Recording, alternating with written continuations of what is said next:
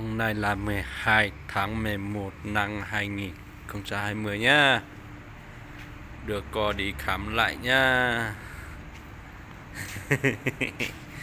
Cô ở đây này. Con bị gãy tay rồi. Mọi người xem đi, con bị gãy tay rồi. Đưa cô đi khám lại nhá. Diện chữ đây rất đẹp.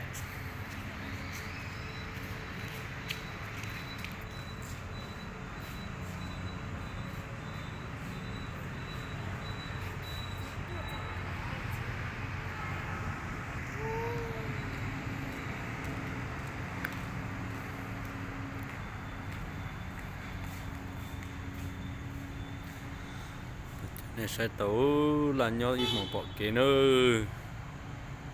Nhau lì nó xó, chỉ mà chơi bự rồi. Này, chúng sắp lại đi.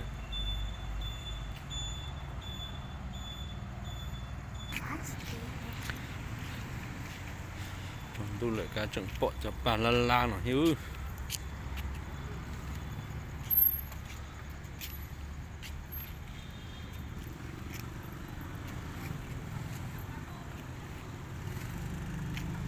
Bỏ hai cơ lia vào xưa.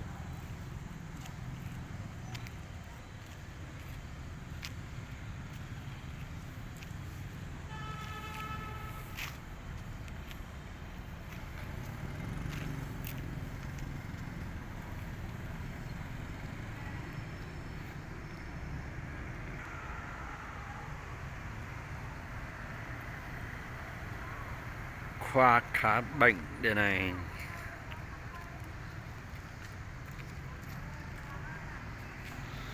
Cho bên một hồi phải chờ ở khám món ơi. Tôi trốn đợi nó ổn tê. Tôi trốn đợi đại bà hướng dẫn nó ổn tê nữa. Đây. Tại chua non rúa cá tê ổn tê. Thế chỉ một của vi mẹ chỉ. Một trốn đợi lúc mai nó nhà lúc ở mua sủ rồi dù một khá nữa. Đây.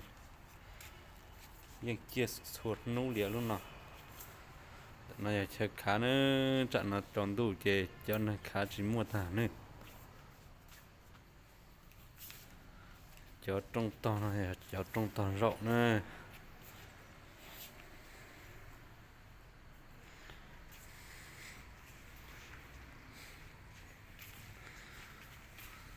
Đấy này.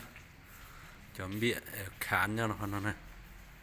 Khá sức khỏe Việt phí. Số 2, số 3 đây này, kháng ngoại. Số 4 kháng ngoại.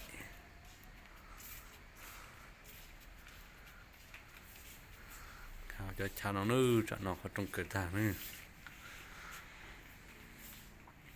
Tôi trộn bẹ khoa bẹ ta, tôi trộn nó. Uốn đón tới của nó nữa. Này, tiết đón bệnh nhân số 3. Bệnh nhân số 2. Tạ thu phí của nó nữa, nó nhẹ của nó nữa.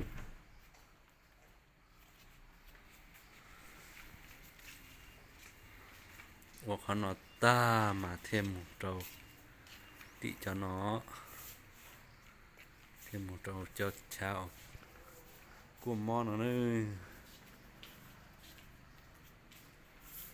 Lúc bể theo lúc nó nữa.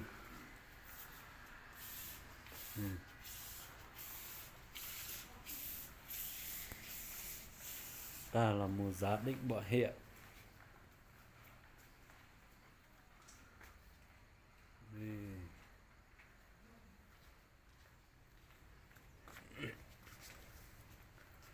Ta là một chú ít quạt.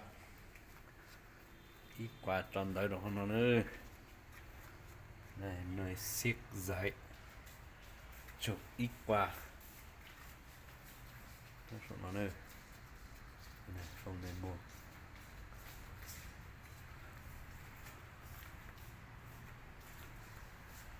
Tròn đã lúc kiện nó. Lúc kiện nó lại khó nè.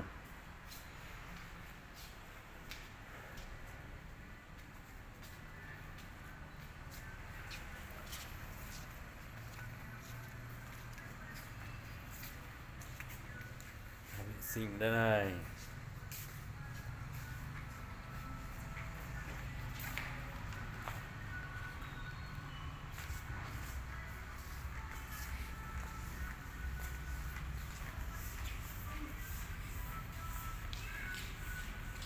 Này là một số kia một trâu tọt cho chế sát tỏ ít nó mà tin được trong sạch đó chỉ trong đủ chỉ muốn hàng nơ cho nên nhớ để chờ phụ tả nữa xong rồi hàng dây đó xong sống nữa lúc kiểu này giờ tại trâu tọt kia nữa